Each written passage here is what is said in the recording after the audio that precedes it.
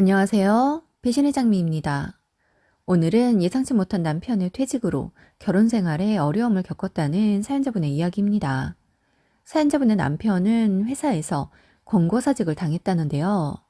이로 인해 시부모님의 일을 함께하게 되면서 말도 못할 일을 겪었다는 사연. 지금 시작합니다. 저희 시부모님은 30년째 세탁소를 운영 중이십니다. 세탁소를 운영해 자식들도 다 키우고 재산도 일구셨지요. 저희 남편은 작은 회사에 다니고 있고 저는 계속 맞벌이를 하다 연년생으로 아이를 낳게 되면서 퇴사를 하고 육아 살림을 하고 있습니다. 저희에겐 큰 돈은 없었지만 그래도 우리 가족끼리 행복했어요. 그런데 결혼한 지 4년째 되던 해 남편이 회사에서 권고사직을 당했습니다. 이유는 회사의 경영난에 따른 인원 감축이었어요. 그 과정에서 많이 상처받고 힘들어하는 남편을 다독이며 더 좋은 기회가 우리에게 오려는 거라고 힘내라고 했습니다. 저도 당장 눈앞이 캄캄하긴 했었지요. 시부모님께서도 이 사실을 알고 걱정을 많이 하셨습니다. 시부모님의 세탁소는 프랜차이즈도 아니고 오랫동안 한 자리에서 운영해 오신 개인 세탁소였습니다. 워낙 솜씨가 좋고 깨끗하게 세탁되고 오차가 없다 보니 동네에서 소문이 나 그 흔한 프랜차이즈 세탁소보다 손님이 많고 장사가 잘 됩니다. 그렇다 보니 아버님께서 나와서 세탁물 수거하고 배달하는 거라도 도우라며 남편을 세탁소로 불렀습니다. 매일 일과를 마치고 배달 수거까지 하고 나면 힘들었다며 그 일들을 제 남편에게 하라고 하신 거죠. 당장 아이들과 먹고 살아야 했기에 남편은 아버님 세탁소로 나갔습니다. 첫날 퇴근에 돌아온 남편이 많이 피곤해 보이더군요. 그래서 괜찮냐, 힘들었냐 물으니 늘 책상에 앉아서 하는 일만 하다가 별거 아니라고 생각했던 세탁물이 하나둘 쌓이니 그 무게가 제법 되어 생각보다는 힘이 들었다고. 엘리베이터보다 계단이 빠른 경우가 있어 그 세탁물들을 들고 계단으로 오르락 내리락 했더니 할 땐 몰랐는데 일을 마치고 나니 생각보다 지친다고 합니다.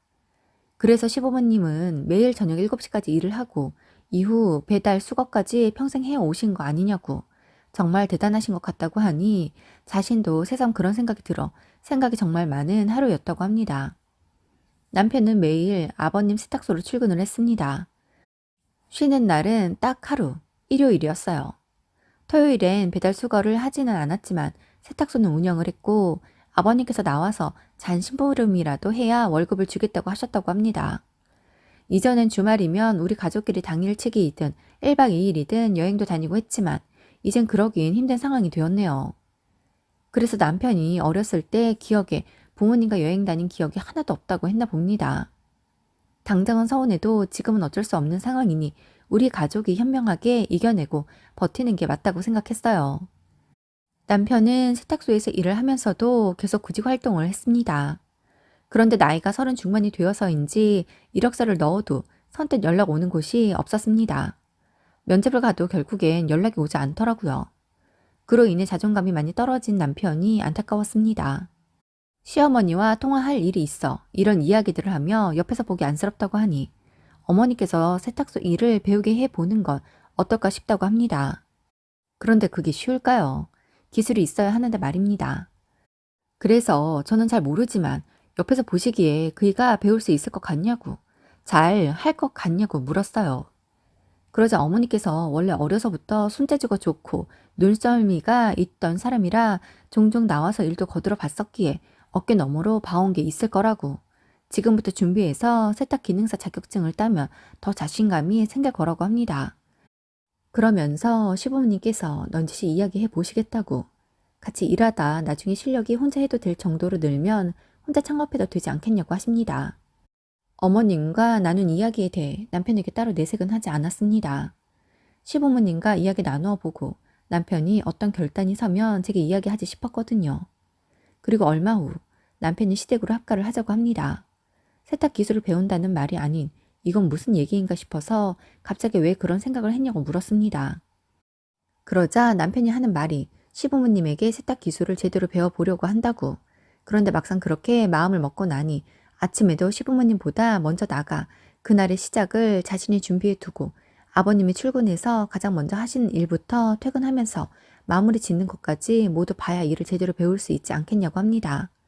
지금은 30분 거리에 살지만 그 시간에 출근을 하려면 길이 밀려 1시간도 걸리곤 하니 같이 살면서 시간도 아끼고 일을 제대로 배우고 싶다고 합니다.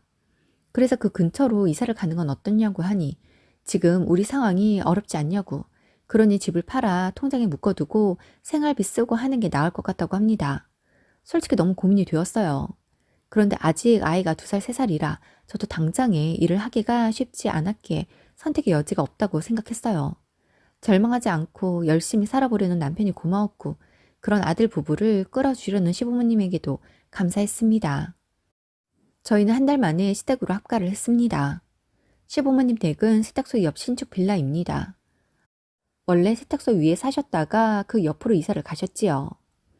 두 분이서 사실 거였기에 방 3개짜리 25평이었어요. 그곳에서 6식구가 함께 살려니 솔직히 좁고 복닥거렸습니다. 잠시라 생각하고 생활비 아끼고 남편이 기술도 배워야 하니 참기로 했던 거지요. 시댁의 아침은 명절마다 느낀 것처럼 빠르게 시작이 되었습니다.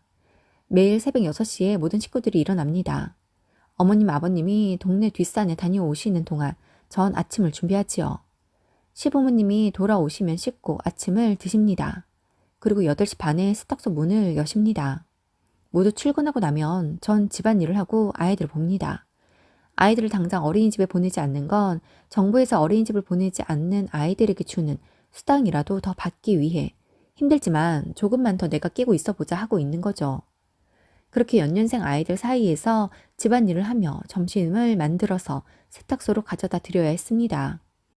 이전에는 어머님이 간단한 밑반찬 몇 개 해서 세탁소 내 미니 냉장고에 두고 백반집에서 시켜 드셨었다는데 이젠 제가 있으니 굳이 그렇게 돈을 쓸 필요가 있겠냐며 집도 바로 옆이니 저보고 점심을 직접 준비하라고 하십니다. 이걸 매일 한다는 게 정말 쉽지 않더라고요. 아무리 이것저것 반찬이 있어도 메인 반찬이 하나 있어야 하고 아직 요리가 어렵기만 한 결혼 4, 5년 차였기에 점심 메뉴만 생각하면 밤에 잠이 다 안 왔습니다.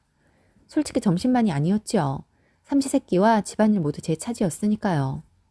어머님은 매일 퇴근하고 오시면 피곤하다고 하시면서도 집안 구석구석을 살피십니다. 그러면서 난 이건 이렇게 하는 건 싫어한다. 저건 저렇게 해라. 뭐 이런 말씀들을 하셨습니다. 그러면 그게 또 스트레스인 거예요. 저도 나름 깔끔한 성격이라 정리정돈도 잘하고 이불도 정기적으로 빨고 갈고 하는데 어머님은 오히려 자꾸 여기저기 위에 얹어놓고 늘어놓기를 좋아하시더라고요. 제 눈에는 그런 것들이 너무 거슬리지만 어머님은 어머님만의 규칙이 있는 것 같으니 나중엔 그냥 제가 포기하고 어머님 스타일대로 두기는 했습니다. 연년생 아이들 둘을 종일 옆에 끼고 집안일을 하는 게 정말 보통 일이 아니었어요. 물론 저희끼리 살 때도 했지만 그땐 저희 집이니 제가 하고 싶을 땐 하고 몸이 힘들거나 하면 건너뛰기도 하고 물론 점심을 차려내지 않아도 되기도 했고요. 그런데 지금은 새벽 6시부터 정말 쳇바퀴 돌듯 돌아가니 미칠 것 같았습니다. 그래서 아이들을 근처 어린이집에 보내려고 한다고 했습니다. 처음엔 시부모님께서 집에서 놀면서 애를 왜 어린이집에 보내려고 하냐며 펄쩍 뛰시더군요. 그래서 너무 힘들다고 했습니다.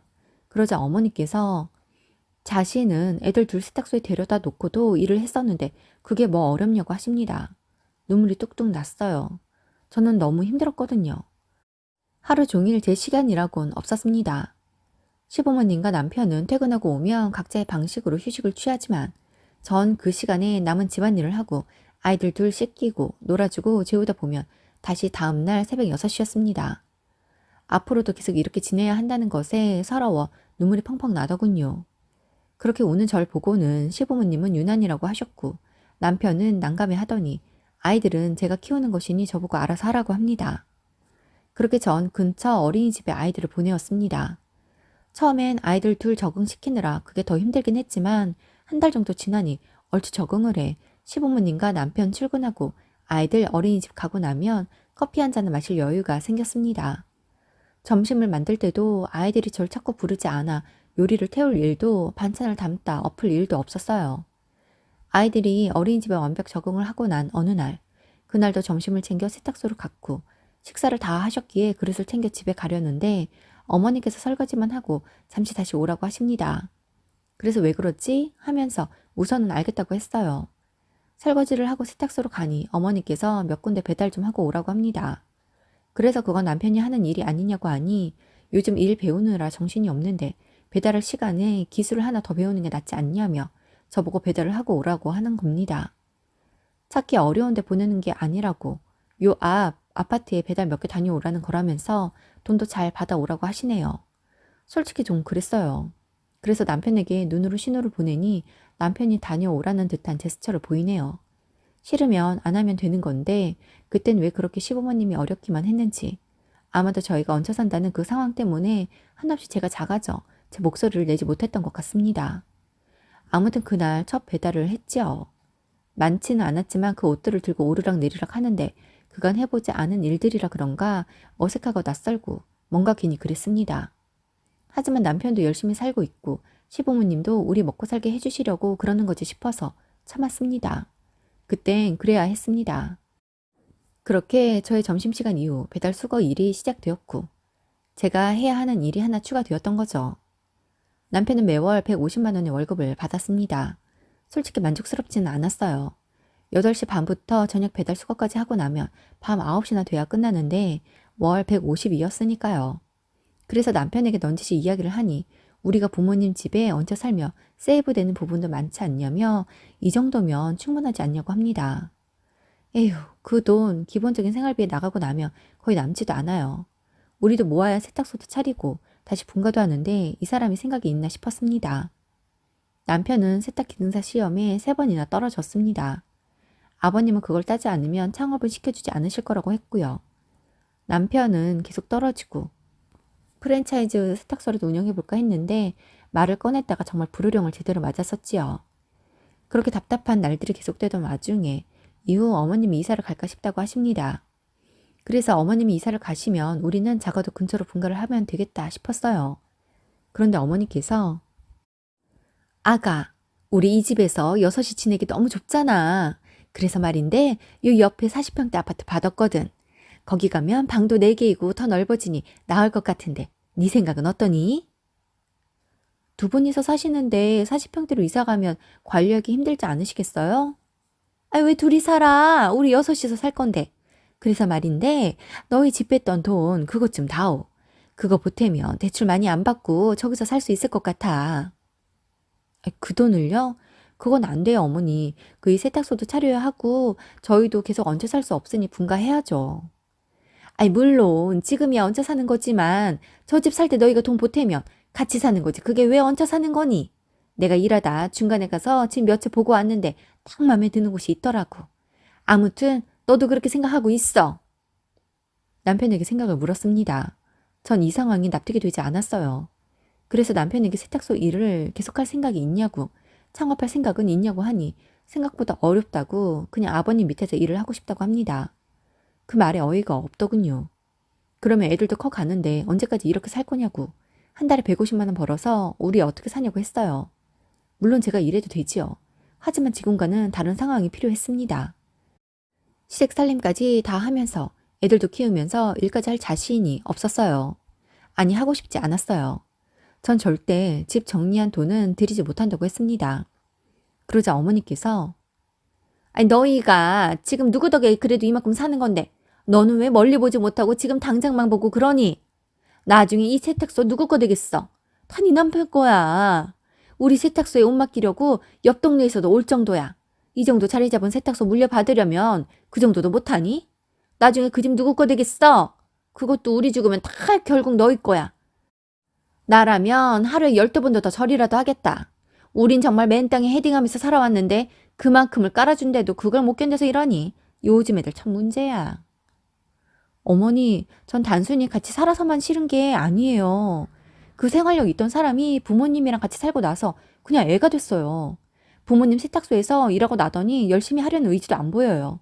세탁 기능사 시험이 얼마나 어려운지는 모르겠지만 집에서 공부도 안 하는데 어떻게 붙어요? 세탁소에서 공부하던가요? 프랜차이즈 세탁소는 할 생각도 말라고 난리이시고 다른 일도 못하게 하시고 분가도 못하게 하시고 처음부터 합가를 하는 게 아니었는데 일 가르쳐 준다고 하시는 그 달콤한 말에 홀랑 넘어가 합가를 찬성한 제 스스로가 원망스럽네요. 저와 어머니의 이야기에 남편도 아버님도 모두 제가 잘못했다고만 합니다. 남편은 부모님 앞에서 강해 보이고 싶었는지 이런 식으로 나오면 더 이상 저와 살 수 없다고 합니다. 그러자 어머님이 어깨를 으쓱거리며 우리 아들이나 되니까 너랑 살아주는 거야. 안 그러면 네가 어디 가서 뭐 먹고 살겠니? 라고 하시네요. 저야말로 컴퓨터만 있으면 할 수 있는 기술을 갖고 있는지라 얼마든지 혼자 돈 벌기 좋습니다. 애들 키우고 살림하느라 나중에는 해야지 하면서 그냥 내려놓고 있었던 거죠. 남편은 어머님의 이야기에 더 기세등등해 제게 짜증나서 같이 못 살겠다고 하네요. 그 말에 너무 화가 나 같이 못 살겠으면 살지 말라고 했습니다. 그러자 시부모님이 광분을 해 제게 막말을 퍼붓는데 이런 상황을 만드는 건 본인들 아들이라는 걸 잊지 마시라고 하고 아이들을 데리고 무작정 친정으로 갔습니다. 솔직히 친정으로 가고 싶지 않았는데 갈 곳이 없더라고요. 갑자기 찾아온 저를 보고 친정 부모님은 어쩐 일이냐고 하셨고 한눈에도 안색이 안 좋자 싸우냐고 물으십니다. 그래서 그간의 일을 모두 이야기하니 아무 말 없이 제 이야기를 듣고만 있던 아빠가 제 남편에게 전화를 해보라고 합니다. 그래서 전화하기 싫다고 했어요. 그랬더니 아빠는 전화를 해서 자신을 바꿔달라고 합니다. 그렇게 남편에게 전화를 하니 남편은 제 목소리를 확인도 하기 전에 고래고래 소리를 지르면서 얼마나 막대 먹었으면 시부모님 앞에서 집을 나가냐고 합니다. 덩달아 2년 전년 하는 통에 저희 아빠의 분노가 상승을 했고 아빠가 자네 당장 오게! 라고 하고 전화를 끊으셨습니다. 평소 저희 아빠가 과묵하시지만 한성격 하는 걸 아는 남편은 한달음에 달려왔더군요. 아빠는 남편에게 그간 사돈댁으로 들어가서 살게 된 게 자네의 의지와는 상관없는 퇴사인 걸 알기 때문에 마음 아파도 아무 말 하지 않고 그저 우리 딸 잘 살기만 바랬어. 그런데 오늘 모든 이야기를 들어보니 이건 식모보다 못한 생활을 하고 있었던데 내가 우리 딸 그런 대우받고 이러고 살라고 30년 가까이 정성 들여 키운 줄 아나? 아내를 지켜주지는 못할 망정 부모 품에서 놀아날 거였으면 차라리 이혼을 하자고 하던지. 내 딸 얼굴이 반쪽이 됐어. 자네는 마음이 편해서 그런가 10kg는 더 찐 것 같구만. 우리 딸이 자네랑 못 살겠다네. 혼자 사는 게 낫겠대. 능력 좋은 내 딸 데리고 가서 고생시키면서 미안해라도 해야지. 뭐라고? 무슨 년이라고? 이 새끼 너 오늘 내 손에 혼 좀 나봐라. 라고 하고는 흠씬 두들겨 패십니다. 남편이 아빠에게 싹싹 빌었지만 아빠는 이게 자신의 마음이라며 모든 결정은 제가 할 것이라고 합니다. 남편이 돌아가고 나자 어머니께 전화가 오더군요. 받지를 못하겠어서 주저하고 있는데 저희 아빠가 받아서 용건만 말하라고 하니 그냥 잘 지내나 궁금해서 전화한 거라며 그냥 전화를 끊어버리시네요. 이후 많은 고민을 했지만 말뿐이고 달라지지 않는 남편으로 인해 결국 저는 이혼을 하고 말았습니다. 가끔 아빠를 찾는 아이들을 보면 내가 조금 더 참고 살았어야 했나 싶기도 하지만 여전히 시부모님 세탁소에서 얹혀 일하는 남편의 소식을 들을 때면 제가 결정을 잘 했다고 생각합니다. 전 지금 이전에 하던 일을 다시 하고 있습니다. 일을 받아 아이들 어린이집에 가 있는 시간에 집에서 영상 그래픽 작업을 하고 있거든요. 앞으로 살면서 결정을 해야 할 많은 상황들을 마주하게 되겠지요. 하지만 그 결정이 옳든 아니든 제가 내린 결정에 후회하지 않고 살아가려고 합니다. 오늘도 함께 해주셔서 감사합니다. 지금까지 배신의 장미였습니다.